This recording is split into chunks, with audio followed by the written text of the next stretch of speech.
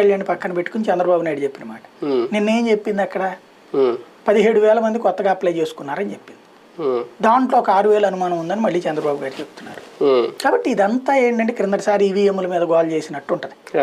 అయితే అదేంటంటే ఎంతసేపటికి కూడా ఏదో ఒక వివాదం సృష్టిస్తూ బతికేయాలనుకునేటువంటి వ్యవహారం తప్పించి నిజంగా టీచర్ వచ్చేసేసినందువల్ల పోతుందనినో లేకపోతే కనుక ఎన్నికల్లో వచ్చేసేస్తే అట్లా పోతుంది, పోవాలనుకున్నప్పుడు ఎట్టాగూ పోతుంది. ఇవన్నీ ఏంటంటే దింపుడు కళ్ళం ఆశలు.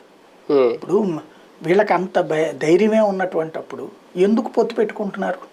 పొత్తు పెట్టుకుంటున్నారంటేనే నీకు బలం లేదని ఒప్పుకున్నట్టు. ఇప్పుడు జగన్ మీద తీవ్ర వ్యతిరేకత ఉంది, అందరూ చంద్రబాబు అంటే విపరీతంగా ఇష్టపడిపోతున్నారు. ఇంకెందుకు పవన్ కళ్యాణ్ మధ్యలో, ఇంతెందుకు కమ్యూనిస్టులో బీజేపీను మధ్యలో? అక్కడే అర్థమైపోతుంది కదా. దాన్ని కవర్ చేసుకుంటూ ఇక రోజుకు ఒకటంటే పబ్లిక్లో రోజు ఏదో జరిగిపోతుంది.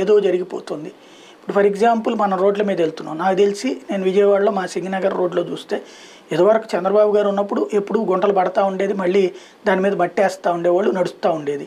ఇప్పుడు గుంట లేని రోడ్డు కనబడింది నాకు, మొన్న ప్రశాంతంగా వెళ్ళగలిగాం.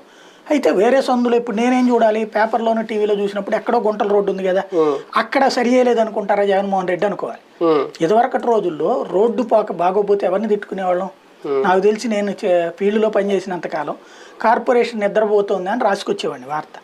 R&B రోడ్డు అయితే రాష్ట్ర ప్రభుత్వాన్ని తిట్టేవాళ్ళు, కానీ మున్సిపాలిటీలు కార్పొరేషన్లో రోడ్లు ఎవరి వాళ్ళవి. మనకు కోపం వచ్చినప్పుడు